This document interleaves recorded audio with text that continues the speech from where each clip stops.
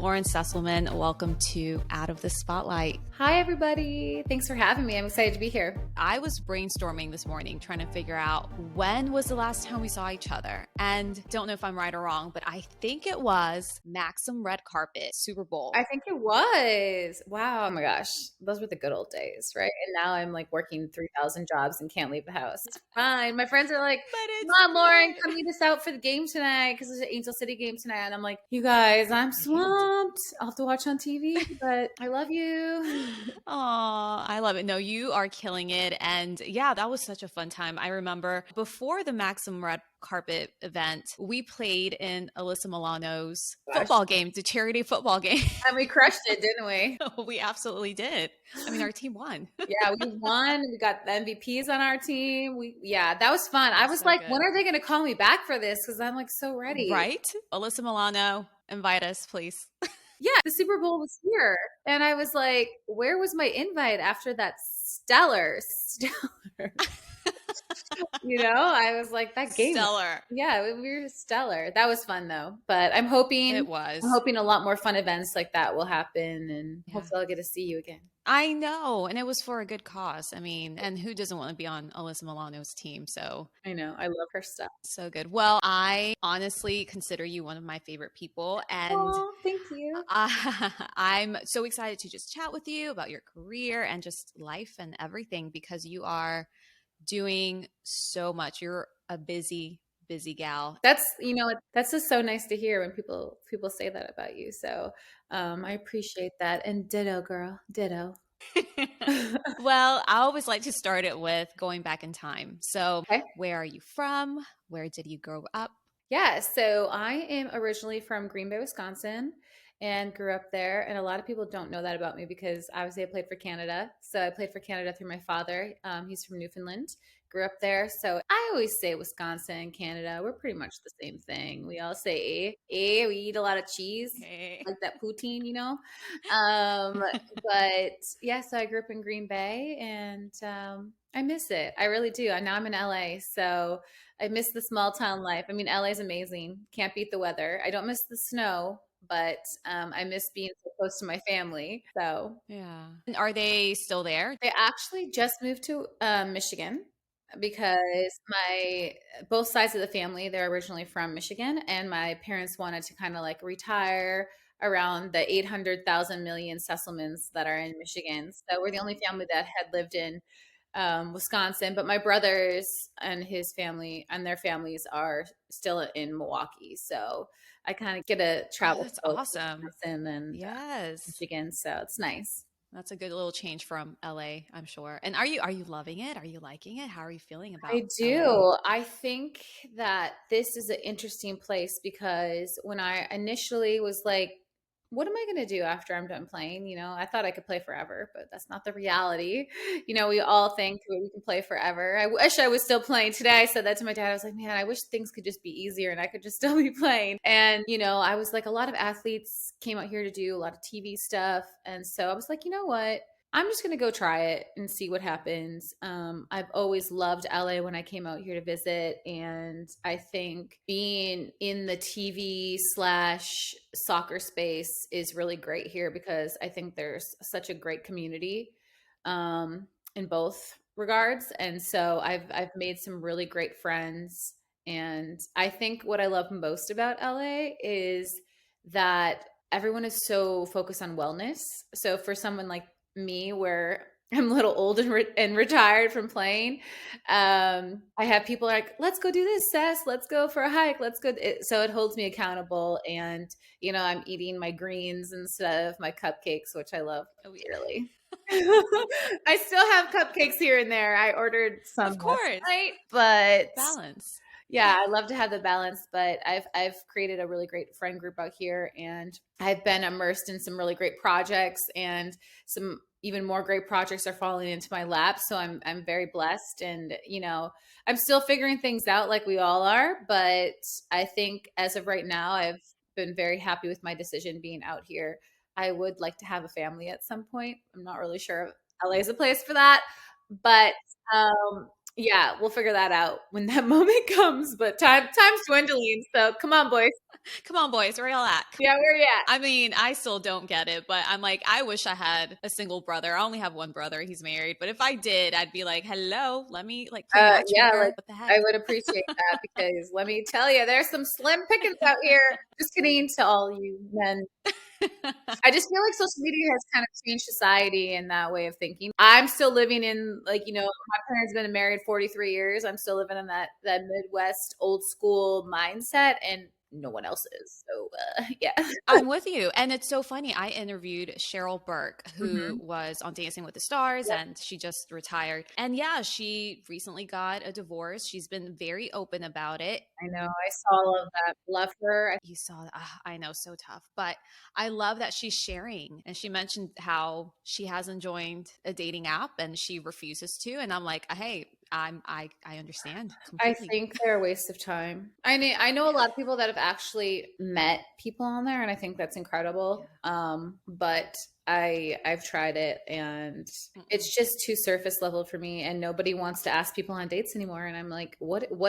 what is it with people not wanting to have that emotional type of Connection. Yeah. connection? And it's for Yeah. me, that's just what I'm looking for. I mean, I'm almost 40. I'm almost 40 this year, which is really crazy to say out loud. That's young, but you don't look like it's just wild. You're gonna have to tell us your secret later on because, like, I'll happy take it. I birthday, will happy take it. 30th. Like, I'll take it. Just tell everybody that I'm 30, so then I have, Let's do better it. chance of getting more roles and, maybe a man. Yes, So we'll see. yes. It's just, I think nowadays it's more everything is either too easy or too replaceable, right? It's Exactly. like The grass is swiping always or greener like, mentality, and that's not real to me. I'm sorry. I'm tired. I'm just tired. I just want to like someone to cook me dinner. Yes, I'll cook dinner as well, but like rub my feet and then not have to like worry about drama. But you know what? That's life. No one has time for drama. I also want to have a lot of kids, and so I'm like, How many kids? I always wanted 4. I know that sounds like a lot, but that's like kind of like the standard in my family. A lot of people, not really standard, I shouldn't say it like that, but like that's just a lot of, Tradition. yeah, my whole family, like everyone's got 3 or 4 kids. For me, I sounds a little overwhelming now, but I would at least want 2 or 3. I love having family's everything to me. So for me, that's something I've always Absolutely. craved to be a mom, and I'm praying that at some point it happens for me, with or without somebody. It will. It So will. yeah, the plan is going to be forging ahead, regardless if there's someone in the in the picture. I'm all about just, like do what makes you happy. Yeah, So if that's what you want and it's just maybe not what you had imagined, but it's you still reach that goal, like yeah. why not? Like just do Yeah, it. I know I can do it. That's why I'm working so hard so I can have kids, so I can afford them because they're expensive. I'm telling you, with my two nephews and one niece, Yeah, I see things differently. And not only how it is parenting and time and energy, but also the responsibility and, yeah, financial side, of course. Hello. I Which mean, I'm like, I don't mind, when I have look, to. I've been seeing those Houston prices. They're like coming up on my Instagram feed somehow, like all these like penthouses for only $2,000, and I'm like, yo, I'm gonna move back Come to back. Come Houston back. because those are not the prices here. So Yes. yeah, Well, I love how we ended up talking about dating yeah. and So sorry, everything when we guys. were So talking sorry. about your child. I know, I love this is like typical us, so I love it. But speaking of kids, at what age did you begin playing soccer? Yeah, I was kind of a late bloomer to the game. I actually was a huge basketball player. Basketball was my first love. And, I grew up in a neighborhood with a lot of neighborhood boys, and I decided to go play with the boys instead of, play dolls. And it worked out in my favor in the end. But my mom's like, I think you could be a little bit more girly. Are you sure you don't want a Barbie doll? I had my fair share, but I loved getting dirty. I would come home like just drenched in like blood and mud and dirt and rocks. And my mom's like, what am I going to do with you, child? But I honestly, and I'd even posted this on Instagram, I think the other day, because somebody was talking about it, how important it is, I think, for young girls to play with boys. And, you see a lot of those players that did grow up playing with boys, make it to the next level. I mean, we just signed a 15-year-old to the league, and yeah, and stuff like that. So, yeah, basketball was my first love, which I People always ask me this question, because I just feel like everyone's so serious nowadays, with these kids, and it's just like allow these kids to be kids about playing multiple sports. Let them play multiple sports. Basketball is what turned me into the best soccer player that I could possibly be, because when I was switched from being a forward to a defender, and I had one shot to show them what I can make, with my first day with the national team. I'll never forget this. He's like, "We need a left back." I'm like, never played defense in my life, but okay, like I'll try it. Like I'll give it. And I realized that everything I learned from basketball, kind of helped me cement that starting role. And so now I tell people, I was like, play multiple sports, be a kid, have fun, enjoy life. Don't be so serious. Don't get burnt out. I'm going to see these kids are going to be so burnt out. But yeah, I started on a co-ed team for soccer late in life. And I would say that my brothers really had an impact on that. They played soccer before I did.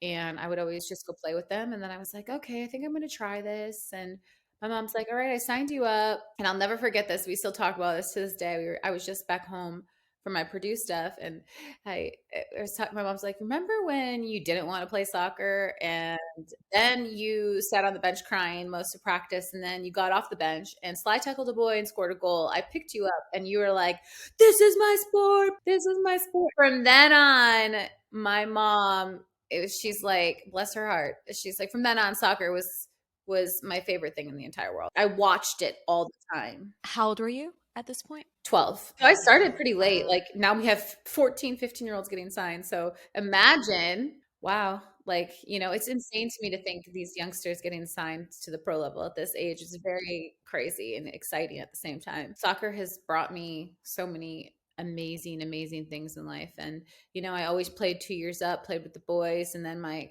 career just kind of escalated. I picked it up. I owe a lot to my parents. My dad was out running sprints with me. My brothers were goalkeepers. So I was a forward, as I said, the majority of my career. So I would, shoot on them all the time. So I was very fortunate to have people in my life that, kind of pushed me to be the best I could be every single day. So I owe a lot to them. I know. It's pretty cool to think about how important, those types of people are in your life and stuff like that. So yeah.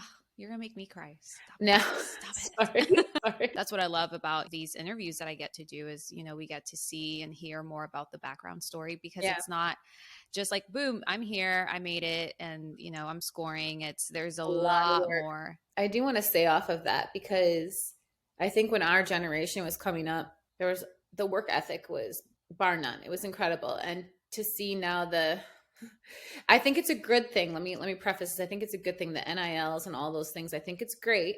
Mm-hmm.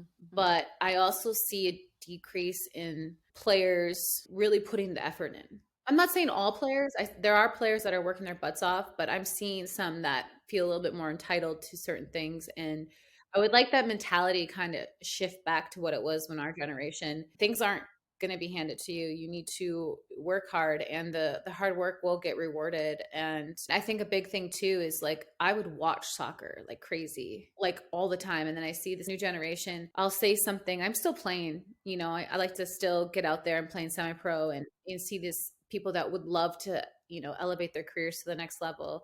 And the piece of advice for anybody that's listening is just watch the game, learn the game, know the game. In Europe, they teach this before they teach, that. And I think it's so important. It's so important. I would study, like even when I got shifted positions, I would study every single position so that I was overly prepared for anything and just understood the game so that I could just play freely when I stepped into a situation. And now that I'm doing a bunch of agent work and mentorship work and all that stuff, I cannot say this enough to these players that want it. It's not going to be handed to you. So learn the game, understand the game, get that feedback from coaches, take that and spin it and use that as fuel to the fire. I had a player the other day, like, talk to me and, about this and that. And I was like, are you doing the lifting? Are you doing this? Are you doing like the recovery, the proper, like, well, no, I'm training like 5 times a day. No, that's work smarter, not harder. Like, that's not what I'm saying about hard work. Like, that person's obviously working hard, but is it the right way? And then you get the other player that's like, I mean, I went for a jog, and then I train like once a week. Is that that's not, so it's like, I don't know what needs to shift there, but maybe the Something coaching, I does. don't But know. I'm glad they have you though. I'm trying. And during high school, did you continue playing basketball and soccer? Yeah, I actually just got inducted in the Hall of Fame for both soccer and basketball. It was both. Yeah, in high school, and then just did the college, and we did got one for Yeah. the Olympics as well. But so for high school, we had I was on, yeah, I made the varsity every year, and we were state champions, 28-0 one season. Just our team was ballers, and it was probably the best years of my life. And I loved every minute of playing two sports. I wish I could have played a third sport if I was good at something else. Maybe tennis. I should have took up an individual sport.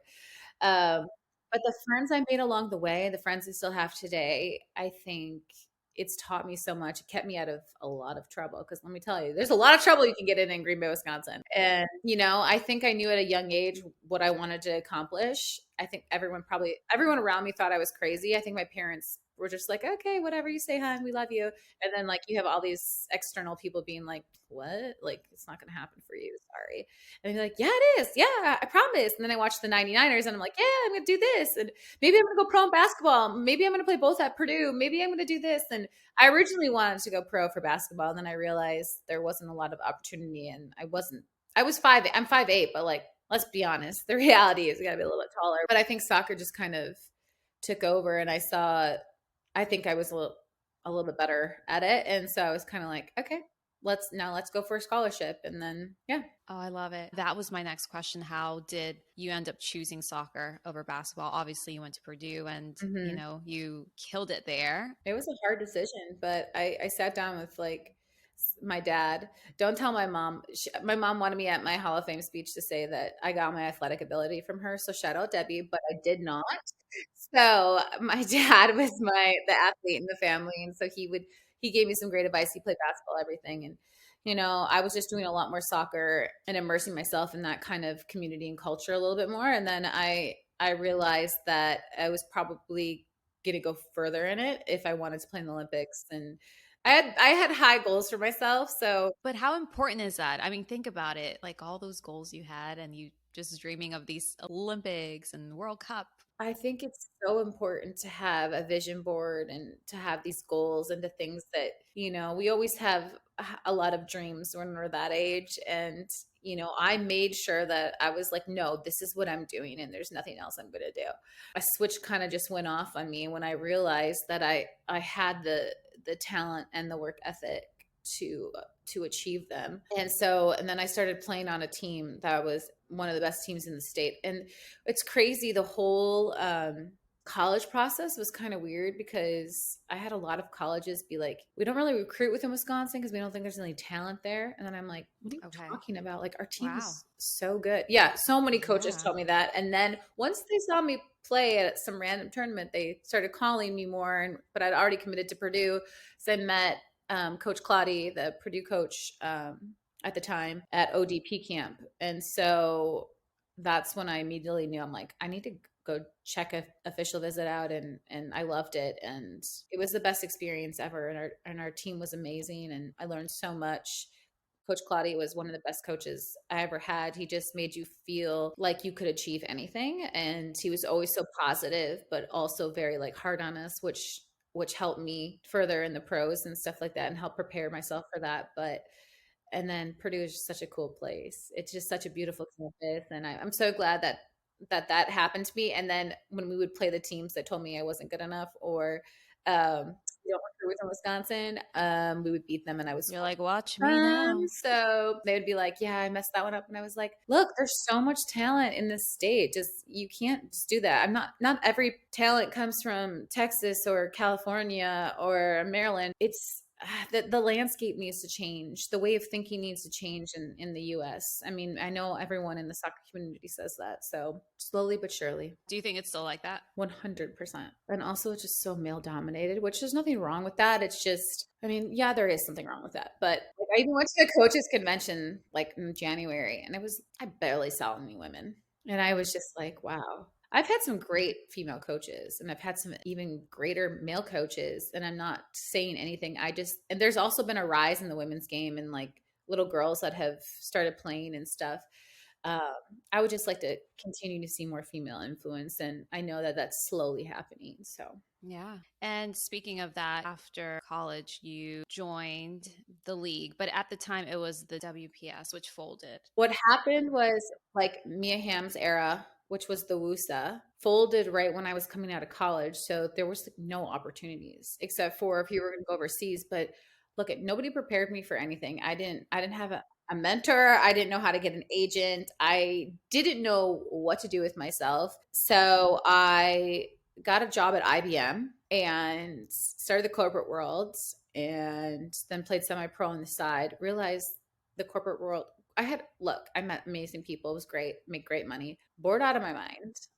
Did not enjoy it. Did not enjoy wearing a suit every day, or a dress every day. And so I was like, thank you guys. But no thanks. Yeah, and then I knew the league was coming back. This is the WPS. I knew the league was coming back in, I think it was 2009. I've had a lot of concussions, so the dates are a little weird in my brain.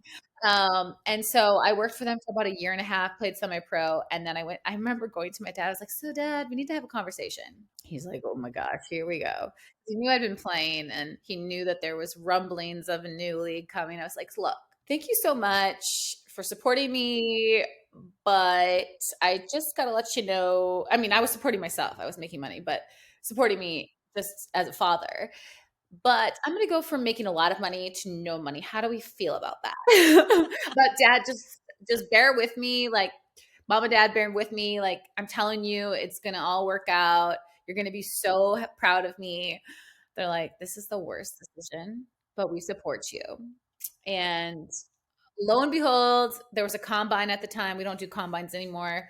Kind of wish they still had combines. Me too. I love I them. think Love that them. that would be better, but I don't know. I don't really know. I don't really know if I like this whole draft landscape type thing without really, I don't know, because it's always just the top schools and there's so many diamonds in the rough. So something needs to change there as well. And so, yeah, I went on to the WPS, got drafted. First year, we won the championship, which was super cool. Got to play with some of my idols that I've watched on the national team. Played 1 minute, but it's fine. I was there like cheering them on and working really hard in practice so that they would prepare. And then, so that was Jersey. And then the following year, a new team came into the league, and that was Atlanta. So then I was with Atlanta for 2 seasons. And then unfortunately, that league folded right before the Olympics. And then in that final season is when I had been pestering Canada for like a couple of years. I was like, just give me a chance. And they had this Italian coaching staff that just weren't taking any new talent. And then enter John Herdman after the 2011 World Cup, where Canada just didn't do very well. And he was bringing in new talent. And I remember the day before I get this call/email, I was about to quit because I wasn't given a shot. It was very political. Like, sports are very political. All who you know, like blah, blah, blah. Like, never really got a chance to play.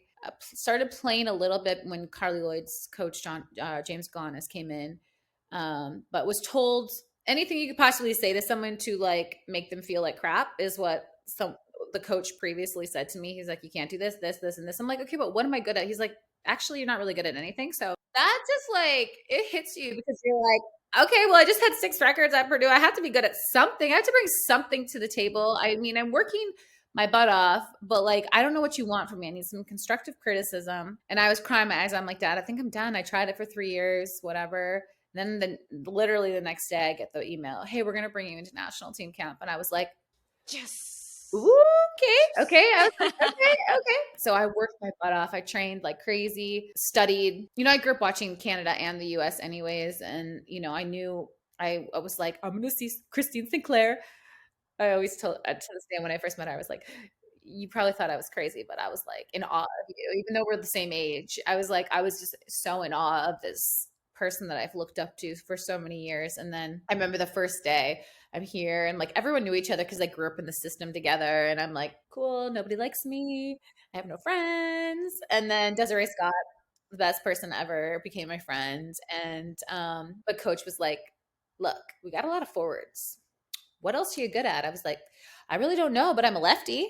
And actually, that was the best thing if I could give any piece of advice to anybody, become left-footed, because It was the best thing that I could have possibly ever. I don't know how I became a lefty, but it just happened. And someone was watching over me for sure. And it worked out because they needed a left back. And I went with it. Yeah. First play of the game, I just went up there and shot it, scored. And he looked at me and he was like, and then like 2 days later, 2 or 3 days later, I was starting against the US, which I was like, pissing my pants because I'm like, I have to go up against Heather O'Reilly, who's like one of the fastest people I've ever seen in my life. And then I have to mark Abby Wambach. Cool. Okay. Got it, coach. No pressure at No all. pressure, No especially pressure. since I've never really been in Zero. any pro environment, like game situation. I barely played in the pros. And first international game, we didn't even have friendlies before it. That was a friendly, actually. Of course, the best team in the world. And yeah, we ended up tying them and we played them again. And I just fell into it. And I was like, I knew the game. And I was like, no one's getting by me. They got by me a lot, but it's okay. But it's all learning, right? It's all learning curve. And then I just got progressively better once I understood my role, my positioning.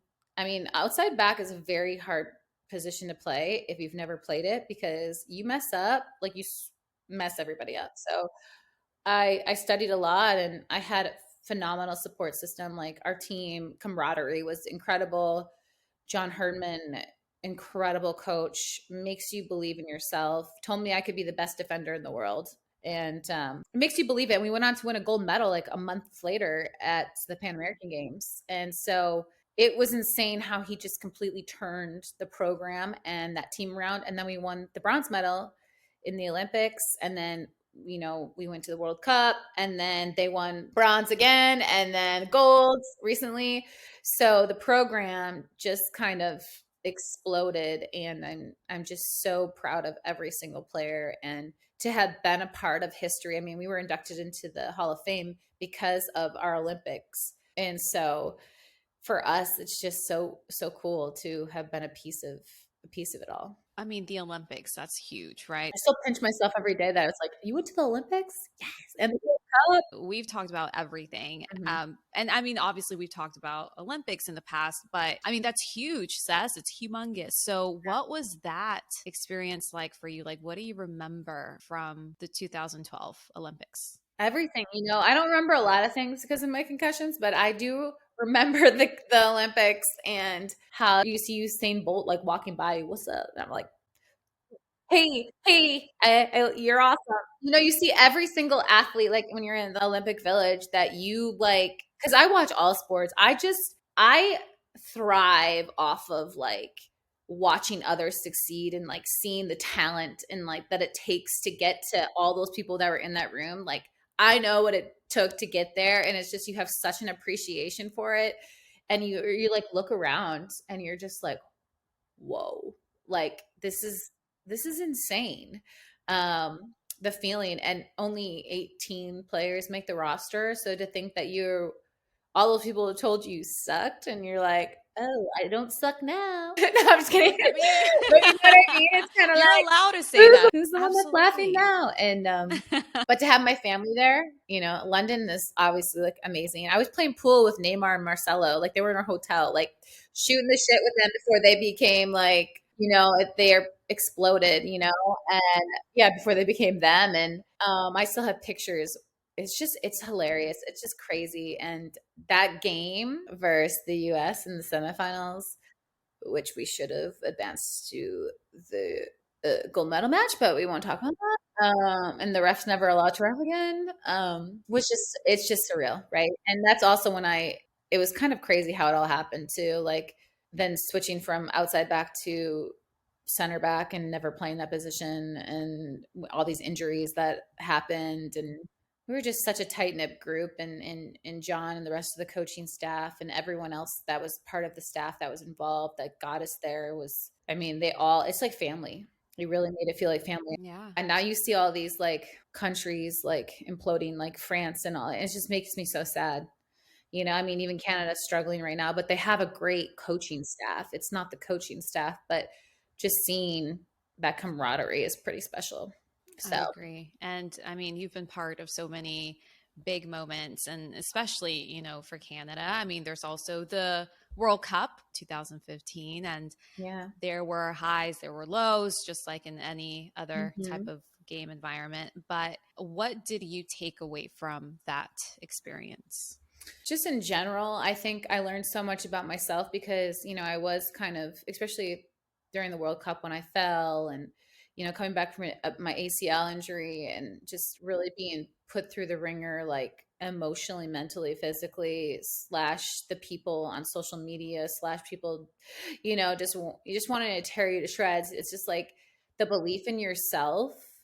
I kind of like always felt like I was, it's not that I never not believed in myself because I would have not got to that level, but I think there's almost sometimes this thought of not being worthy enough in some like times that you go through in your life. And so coming out of a lot of those experiences, realizing that like you are, and like I even went through this when I was retiring because I wasn't really ready to retire, and then I had the concussions and depression and all this stuff. And in this transition of, that athletes go through is really this space where you're so lonely, and like really getting to know yourself on a completely different level that you didn't know, and like really telling yourself that you are worthy enough and that you do belong there. And you just it is a lonely world. Being an athlete is very lonely, and if you don't have that level of mentality, you're never gonna make it. And I think there were a lot of times where I told you, ready to quit. And that was on a bunch of different times throughout the career.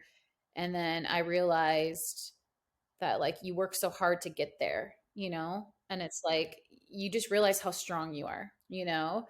And so I think that I've learned so much about myself, through playing and being a part of all of these things, that I'm able to give those learnings and help the next generation succeed. So, I mean, mental health is a big part of it. I see a lot of that. So, being able to be a renter, a mentor, and a role model, and like have that sort of impact, and you know, realize, hey, you're making an impact, you're doing something here that's impacting the lives of others that really look up to you. Like the amount of support and messages that I received on the daily, just being like, I love you, you're my favorite. Like it's just so cool to see that and now be able to give that back to this next generation when we didn't have that growing up. I think is awesome. I mean, we're so much more accessible these days. I wish Mia Hamm was accessible to me when I was growing up. Yeah. So now I'm trying to be that for the next generation. But I think strength, worthiness, and also reminding myself to always have fun in life. I think I emphasize that a lot anytime I talk to anybody, is just always making sure through whatever you're going through, like if you're not having fun doing something, like you shouldn't be there. So there was times I wanted to quit and I was like, I'm not having fun. And then I'm like, then something will happen. And, someone be like, hey, let's go kick the ball around. And be like, okay, this is how I'm supposed to feel free. Or I'll have a coach say something and they'd be like, okay, this is how you're supposed to, this positive impact is what I need. And then there's like a light switch. Yeah. So I think those are some learnings. And we'll be right back with some rapid fire questions. So I like to call this Stuff It Up. I love that. Sorry. Okay, first question. Favorite soccer player of all time? Oh my gosh, why are you doing this to me? Mia Hamm. Mia Hamm. Ooh, Mia Hamm. Fun fact, I met her once. Yeah, she's awesome. I appreciate just talent that so many players. I have a love for so many players and just the game, but Mia Hamm is like, she's it for me. Okay, favorite show to binge watch? I don't know if I can say them on air. No, I'm just kidding. Say it. Sex Life. I'm one episode away from finishing season 2. I'm on episode 5, I think. Season 2 is not as good, but yeah, I agree. I watched that a couple times, and then I really liked Bridgerton. I saw that a lot, and then Same. Oh, I like thrillers. So, what was the one show that shows or movies? Oh, you can do movie. Oh, my favorite movie is How to Lose a Guy in 10 Days. Oh, that's such a good one. Classic. I literally, or The Proposal. Like, I love watching thrillers or romance, which is like really random. I know, because it's like two completely sides of the spectrum. But Sandra Bullock is awesome, and Kate Hudson are two of my favorite actors. And they just are so funny because I've always wanted to do a romantic comedy. So like one of the scripts I'm like working on is like I wanted to like kind of incorporate that. But I also love like thriller and action and anything with Liam Neeson. I don't know why. I just love him. He's good. And Sandra Bullock is like my favorite actress, so I'm with you. And I could just look at Michael B. Jordan all day. I know Michael I B. watched all the Jordan's Creeds. I was good like, looking. I'm not a big like scary movie person, but if he were to be in one, I'd watch for sure. Michael, Scare me. You're Scare good. me. Okay, winter or summer fashion? Winter, because that's like all I have. I need to invest in like shorts, but Oh yeah. I don't. I'm not a big shorts person though. I like pants and sweatpants.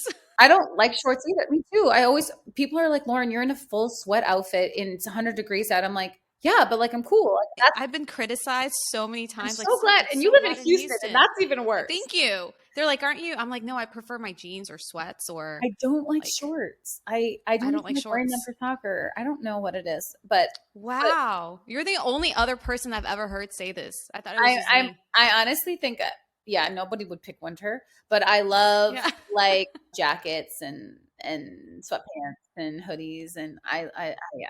So winter fashion. A red carpet hack that you figured out. I know. Even me, I was like, what would I say? What did you say? I thought about it and I was just like, smile, move, arms straight, good posture. Oh, this like the smize, like the stick your tongue like on the roof of your mouth, and you're like the smoldering, like just keep moving for the cameras, and the Getty Images is gonna get a good one somewhere, Getty images. even though they've yet to get a good one of me. I always look like I'm 100 years old in their picture. Oh my gosh. It's like a hit or miss with Getty, I'm like, isn't it? can we retouch this? I was like, does my skin really look like that? I was like, I didn't think it did, but okay. I love it. Yeah, I would say that. I just like to be I like like that. let your personality shine because then people want to interview Yes. more. Yes, I completely agree. Yeah, right. Okay, last one. How do you treat yourself? I have discovered self-care recently. So I try to have that every single day. You know, I think I've gotten a lot better at treating myself like more kind. I mean, I still have my moments like us all, but I think I know better to be like everything's going to be okay, like you're worth it. You can do this. Like there's a lot of times where I've really felt down in the dumps and unworthy and like a failure. And even today, so that to my dad, I was like, I feel like a failure. And then he's like, what? And then I was like, wait a minute, I'm not a failure. I was like, I was just inducted into the Purdue Hall of Fame. I'm cool.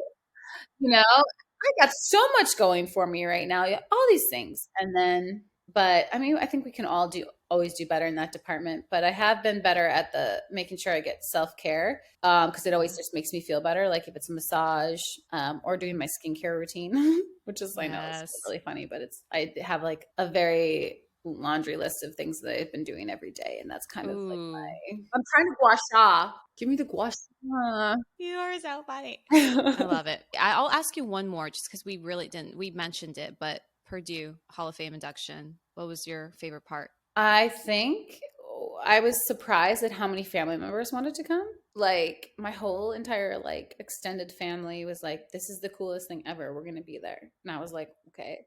Yeah, but I think, but also just going to the camp. I hadn't been back to campus in a long time because, you know, life has been pretty crazy traveling.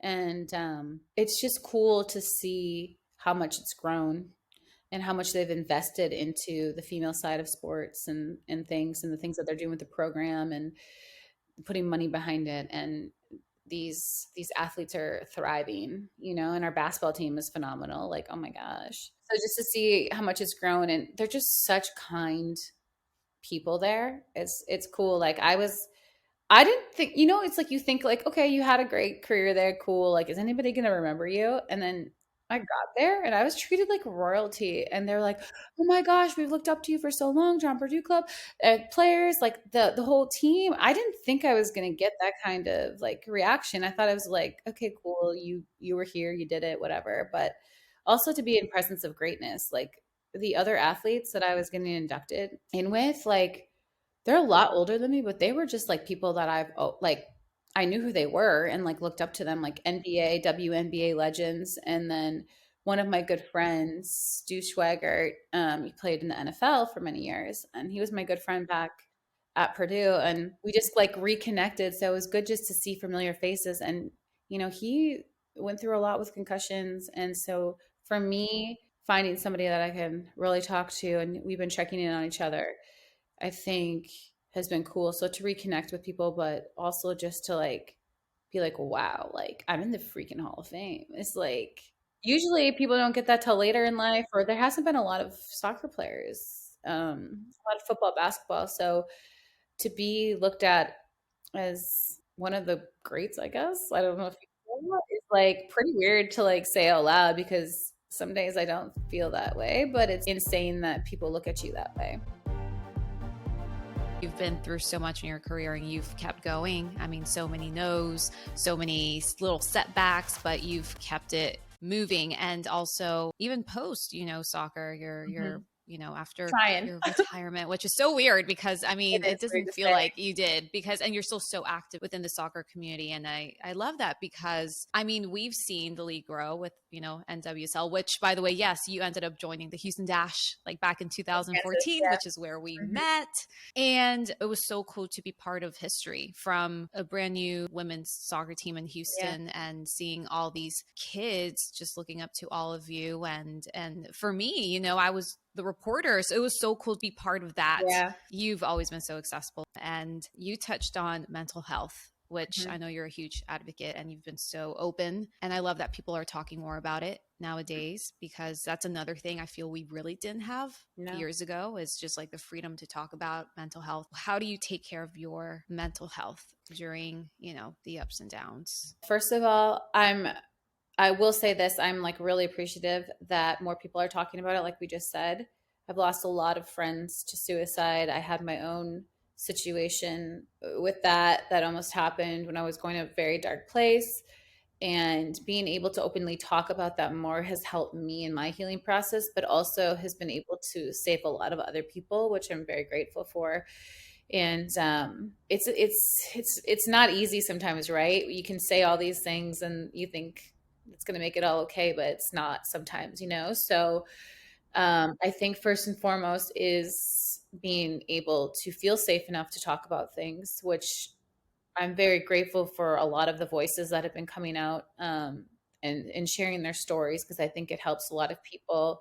And before we were kind of told, hey, you can't talk about this, this, and this. You just kind of felt like you're going to get blacklisted. You couldn't really say anything about anything. And now I feel like people are really banding together like a community and trying to help others. And for me, when I feel myself kind of going into maybe the not so great place and space, I will pick my favorite songs, put them on, go for a walk, kind of breathe the fresh air. I always feel like sunlight is such a great thing. I'll go be with my friends, do something that makes me happy. Sometimes I do like to be alone, and that's totally okay. I've been fortunate enough to do a lot of mental training with the teams that I've been on, and so I think that's very important for a lot of our youth to do. But I also feel like it's really important for our youth to hear stories coming from other people that they look up to. And so I'm glad that I get to align myself with a lot of organizations, that are doing stuff in that space. We have something that's coming up that we're going to be doing, this dream team thing, because it's the Jordan year. So we're doing something just kind of going to be for parents and players and fans and whoever just wants to hear from people, hear their stories, ask questions, talk about things, feel like they're in a safe place. So I'll be announcing that pretty soon here. I'm excited. Yeah, I feel like you have like Naomi Osaka and like all these people that are very influential figures, male and female. I think it's really important to stress the male side too, really opening up about that. I think we were always so scared to talk about that, in fear of getting made fun of or being like, oh, whatever, she's just complaining. Or thinking there's something wrong with you, right? Just like that fear. Yeah. So I really applaud the people that have been able to openly speak about it. And that's no matter what you do in life, it doesn't matter if you're an athlete, whatever it is you do, everyone suffers from different things and has a hard time with a lot of different things. So I always say to people, and I've put this on my social media, Instagram, Twitter, like if you feel like you need to talk, like message me, because sometimes we just need someone to listen, and not say anything. And I'll be like, hey, just message me. get something off your chest if you need to. And, I'll try to offer any bit of positive encouragement, but I always acknowledge that it's a sensitive area.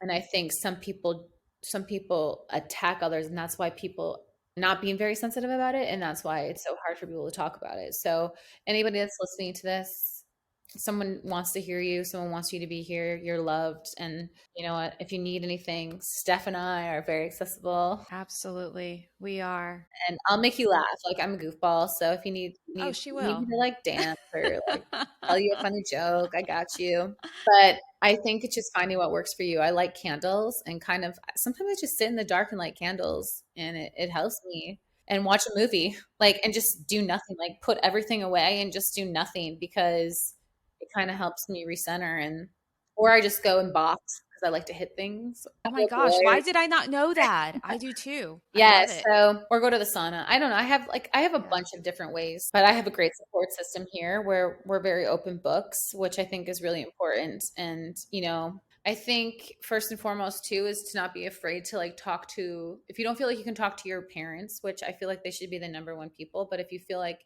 you can't, just have a good support system. And that's why I've gotten rid of a lot of friends who I think were adding too much negativity to my life. And I think that's a really important thing. I think you need to surround yourself with people who continuously lift you up, and you vice versa to them. And just knowing that like you can turn to them for anything. So, and there's also the hotlines, which I think is great. And I think just having the more awareness of what's going on in this world, I think is going to help a lot of people. So, yeah, those are some of the things that I do. But what do you do when you feel sad? Honestly, I think that music is something It is. that I turn to, even just getting in my car, going for a And drive, singing. listening to music, singing at the I top always do of that. I swear. my lungs. That, going for a walk, getting some sunshine, and even just like the comfort movies or comfort TV shows that you don't have to think. And comfort food. Of absolutely. Yes. So, and I think that what you mentioned about some people believe this, even I believed it years ago, where you're like, okay, I just need to be around people, like they'll make it better, or I just need to go talk or get distracted. But in reality, if I need to be by myself, I don't fight it. I'm just like, I need to. Yeah. And I was just telling my sister in law that yesterday. I was like, I'm in the mood. So I just kind of Yeah. need to be alone. And she was like, oh, if you want to come over, let me know. I was like, honestly, she goes, oh, yes, I see what you're saying. I was like, I don't think I'll be the best company. I just need to keep Yeah. myself company right now. And it Hmm. took me maybe like 15 minutes. And I was like, okay, can I come over? I Yeah. was like, I'm good now. And it's just what I needed. So I do feel being honest with yourself, being gentle with yourself, talking to yourself the way that you would talk to a loved one. That's very important. Yeah, I'm very tough on myself. I feel like we all can be our worst critics. So I'm just like, be patient. But like you mentioned, you kind of have to learn about yourself and Yeah. what helps you. And it's part of the journey. Yeah. And I love talking to people like you who get it. And I do feel that's such an important thing. So, like you mentioned, if someone needs to talk or needs to laugh or just silence, I mean, we are here We are here. 100%. We love you. We love you so We much. love And you. I love that. And I cannot not mention Grant Wall without talking soccer. And yeah, Grant Wall, our dear friend. Yeah. You and I, we've kept in touch, but I do feel after his passing, we kind of just talked. So I'm like, thank you, Grant, for making us just reminisce on the good moments, good memories of Grant. And I'm like crying now. I don't even. I know. Thanks, Steph. I'm sorry. I'm sorry. I'm about to right now. No. That one hit me hard. Yeah. He was amazing. I can't even talk right now, but I know. Yeah. he was. Oh my God, what's wrong with me? Okay, just need a second. I'm with you. No, you're good. You're good. That's when you know. Yeah. It just shows how amazing of a human he was. He was always such a big advocate for female athletes and just like women in general. He would write very positive, uplifting like messages or notes to us all when he knew maybe we were getting drugged through the mud in the media and stuff like that. So I think he always had our backs. Oh, I'm crying so much. Why am I so emotional today? I'm so emotional today. I'm so sorry. I mean, I'm just like, I think about him all the time. And maybe I never like spoke to him on the daily, but like his impact of the conversations I've had with him, the things that he's said to me, things that he's messaged to me, things that he's done for others. His heart was just so giving. So We miss you. We miss you so much. Yeah, it's just strange. Yeah, it just Just is. life It's is it's strange. he was huge in the sense of, his writing. I mean, what a Yeah. beautiful writer, storyteller, and Yeah. just true believer of the beautiful game. And he never took it. I don't know how to say it. Like, he never took himself seriously, Yeah. where he's like, oh, He I'm made it. this big timer, like, ooh, like Yeah. I'm bigger than y'all. I mean, he was tall, but he was always I don't like, think I'm not the biggest person in the room. He was always like, oh my God, y'all, all of y'all are way cooler than me. Like, let's all just be family. I know. And he never spoke ill of anybody, I feel. And that's what I always appreciated about him. No matter like if you were like the worst player on the field that day, it was I feel like always had something positive. And I think that's what media is always missing is that. So that's what he always brought to the table. So I was very grateful for the moments and the interactions that I had with him. I'm sad now. I'm sorry. No, no, no, no, no, no. Just one of those days, girls, where the emotions just come out more. I know, but so many good memories. And the other day, I was missing him, and I forgot what game it was, and I was like, "What would have Grant said?" I wish I Yeah. could have heard his comments or his stories or those beautiful posts or words. And I literally just went back and read an article that he did, like, I don't even know when, 2010 or something, just because I missed him. But how beautiful is it that he will forever live through Hmm. his words and the stories he shared, and Yeah. he left his mark for sure. And yeah, we love you. We We love miss you. you, Grant, We love you. just because he was such an admirable person that would give advice to whomever asked for it. What advice would you give to aspiring soccer players or even professional, Yeah. athletes out there? The number one thing is, well, besides always believing in yourself, I think that's huge because there's going to be a lot of people that are going to tell you you can't do it. And I've come, especially some of the older players that I've been speaking to lately, they're just really struggling with, the no's. And I said, let me tell you, the next one's going to be a yes. And then that's when you really start flying. But I think the biggest thing, especially for the younger age groups, is just enjoy it and like have fun. It's like everyone wants everyone to be so serious, as I said, and it's just be a kid, have fun, make friends, you know? You don't have to post 8,000 things on Instagram, like just go play soccer, and you don't have to be the first one to do all this and this. There's so much pressure on these kids to be the youngest to do this. Okay, now since it's a 15-year-old, it's going to be a 14 or 13. Just enjoy it. Enjoy the process. Like go enjoy college. If I enjoyed playing in college every month. I don't think if I would have went pro at 15, I would have been the same player I am when I went through the college system. And a lot of people may not agree with that, but because a lot of people are like, well, I don't believe in the college system. And I was like, look, there's a huge jump from high school to the pros. Some people can hack it and some people can't. And it's like women don't even fully develop. And I'm not even just talking about like just girls here too. I mean, this is for guys too. Like, it's just remember to always have fun, I think. And remember and always thank the people who have helped you along the way, even if it was something small. Like, someone's always watching. Karma's always going to come back to you if you're unkind. And it's crazy because you'll see some of these like, oh, maybe I should have said this when I was that, because now that person's the technical director of this. And I'm like, my parents taught me to be kind to everybody, even if they do you wrong. And so, and just keep working hard. I can't stress that enough. But all facets of it, the off the field and the on field work. It's not just the on field work. It's not just technical work. It's the tactical work. It's learning and understanding the game. But it's all up here first. Mental is 99, in my opinion, 99.9%. And of everyone I talk to, you can just see it. This is what takes them out or keeps them in it. So practicing that on the daily and just stay in that clear vision of your goals, because there's going to be a lot of people that are going to try to pull you out of that. And just stay focused if it's something that you really want. I missed out on a lot of things, but I don't have any regrets. I don't have any regrets whatsoever. So I'm very, very proud of myself.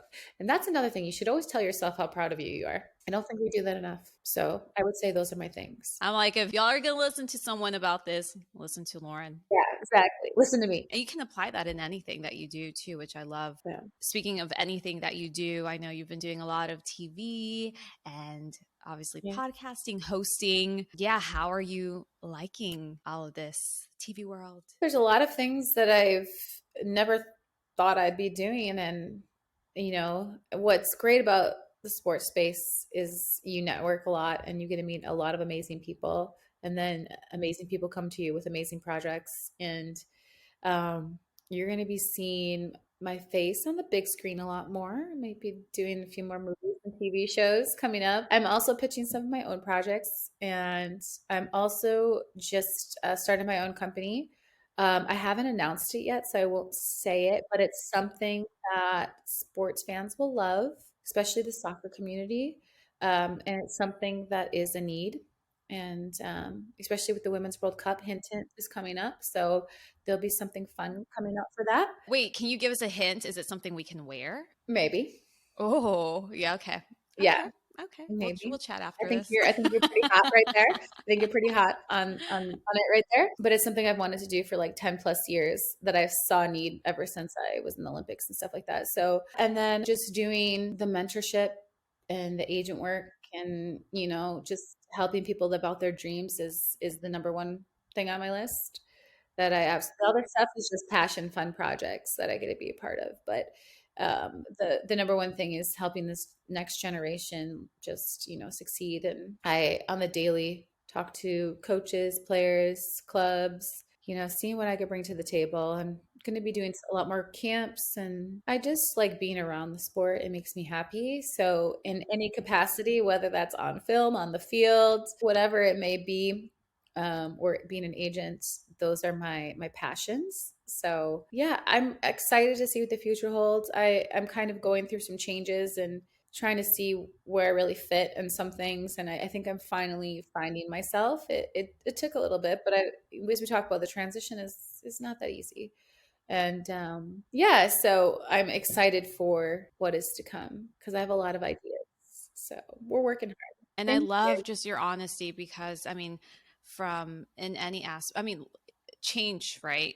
Yeah. Everyone says it, can't avoid it. It's always going to happen. And you've found your way. And I'm so proud of you because, and even for me, like they asked me to come back and do sideline reporting, the rugby games, and they asked me to do it. But I had this podcast and I had other things that I was doing. And I was like, you know what?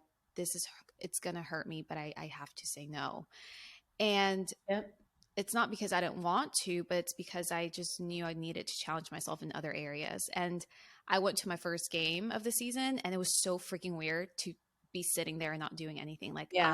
I was like, oh my gosh, like should I have said yes? Like Yeah. what? And I was like, no, in that moment I did what was right for me. And Mhm. whether I do that again in the future or not, I know that it's a matter of doing what feels right. And then I mean, if I do want to do it again, I'll figure a way back in there. But as of now, I'm just enjoying this change and these new projects. But I guess it's just a part of me just saying it's okay to feel maybe a little sad about certain changes that one is going through. I'm glad you said that because, I was just thinking about a lot of things actually today, and had some heavy conversations with people maybe I didn't want to hear and, or have. And so I think, I had turned down some things where I was like, or I lost some things where I was like, maybe not putting 100% effort. And I was just like, it's hard, it's hard to say no to things. It's hard to feel like you're not doing a good job. It's hard to feel like a failure. It's hard to want to take on everything, but you have to just remember like you can't do it all. And you have to just find it might take some time it's taken me a couple years to find kind of where I truly fit and where I belong. And I dip my toes in a lot of different things, and everyone's like, you're doing too much. And I was like, I don't know what I want to do, but I have to do it this way because I need to know that I can feel it in my gut. Like this isn't for me, and this isn't for me, and this is what I want. And that's okay. But it's taken me a long time. And I now just finally feel like, okay, this is the areas I'm going to focus on. And I think I'm in a happier headspace I still want to find love, but so maybe Oh, a dating show. I love Maybe that's the one thing that's missing in my life is love. you.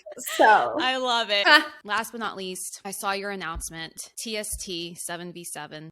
yes, I'm about to go take it with the boys. It's so funny because I saw TST like back in the day because I know they do like basketball and something else, football maybe. I don't know. I don't know what the third sport is. And I just started the soccer thing and it just started really picking up. Everybody started talking about it. I'm like, wait, I want to play in this. And then I was like, it seems like it's just boys. And I was like, where are the females here? Where's the female teams? And then I saw them announce that the US women's national team was going to have like the older players like are forming a team, but they're the only women in it. And then I had a few people reach out to me and they're like, we want you on your team. And then AJ De La Garza, who played for the Galaxy, My boy. yeah, in Houston too. And so he was like, Sets. He's like, I know we've never met, but we know each other. And he's like, you need to be on my and he's like, you need to be on my team. I was like, you do realize that all these teams that are vying for $1 million are mostly all men. He's like, so he's like, I want you on my team because you're a good player. And he's like, it's all about like building and like building each other up and like building things beyond the field together. So I'm building this like really great core group of people. And I was like, you think I'm great? Cool. We've never talked before. It was so funny, but we just know who each other are because like we have mutual friends and stuff. And he's just like, oh, he's heard such great stuff about you. I've been following you for a while, all this stuff. So he puts it, he's so funny because he's like, my wife picked out the pictures and made the little thing. I was like, you guys are so cute. They're so cute. Yeah. They are. I know. I love it. And so yeah, he asked me to be in the team, and so I'm going to be well, we're not allowed to slide tackle, but I'm going to be slide tackling some boys come June 1st. I'm winning that $1 million. I just saw Ryan Reynolds was coming, so that's immediately why I said yes. But I'm honestly thinking right now, how in the world can I get involved? If I just come. No, Steph, they're looking for like hosts and talent and stuff because I was actually going to do that. I got you. Okay, I'll be very honest. I know what team I'll be cheering on. I mean, AJ, Sess, duh. Like, we'll get you a jersey and everything. Hello. Oh my gosh. I'm not even, if not, I will just come and support y'all because it's going to be amazing. Maybe we'll find husbands there. Maybe. Instead of playing soccer, we're just going to and I told AJ that. I said, so you have single friends that are going to be there. It's okay to introduce me. And he started laughing. He's like, you're crazy. I was like, no, I'm there to win the $1 million. No, I want to win the $1 million. Let's not get it twisted. We're going to win the $1 million. But just in case there was a friend that's like, ooh, he's funny. He's charming. He wants a family. It's okay to introduce me. No, I'm just kidding. But no, it's going to be a fun time. I'm excited. They're doing some really cool things, but they're trying to make sevens actually like a real sport, like a real cool thing. I know. But just in general, I just think it's just what the hype around it just gets really excited. And then, there's always so much chatter on Instagram and social media about boys and girls and women and men. Right. Girls can't do this. Women can't do this. And I'm just like, you know what? Look at this. And all men's team want to be on their team. So how do you like that? Exactly. It gives me a headache when I read social media. Like social media is I always say it's a love-hate relationship with it. I love it for things like this and keeping up with people that I love. Yeah. But sometimes once you go down that rabbit hole and you're just looking, it's not the best thing for mental health. I don't believe it is. No. But I'm just like, everyone that's saying, be kinder. Like, when he posts about equality and the things that people say, I'm just like, I feel bad for mom, sister, girlfriend, wife, whatever. Isn't that funny? A lot of like the mean guys that I see, I don't know if it looks like when I go look at their pages, they seem like real people who are 99% of the time married with kids, and they're talking crap and saying mean comments about other women. And I'm just like, but you have a wife and you're posting pictures with your mom. Like, what is wrong with you? And I was like, what is your little daughter wants to play soccer someday? Good luck. And it's like, first of all, they're missing they're missing the point completely of what is actually going on because clearly they don't even read. But like if you're gonna say something, like maybe make sure you could read and understand what the argument and what's going on first before you say something. I'm just like this guy was talking trash to me and he said the name of the league and it was didn't even know the name of our league. He said some random like 4 letters and I was like before you talk trash to me, make sure you know about the league. Get your facts. Yeah, get your facts straight. Know the name of the league before you talk trash because your argument's no good here. Bye. And I never entertain it, but that day I felt like entertaining and it was entertaining. Oh, that's hilarious. Sess, I love you so much. I love your you. heart. And I'm so excited for everything that you're doing and all the fun things and projects to come and all the advice that you're giving all these young ones who are hoping to live out their dreams just like you so far. And thank you so much for chatting. You're a gem. Thank you. I love you. And thanks everybody for listening.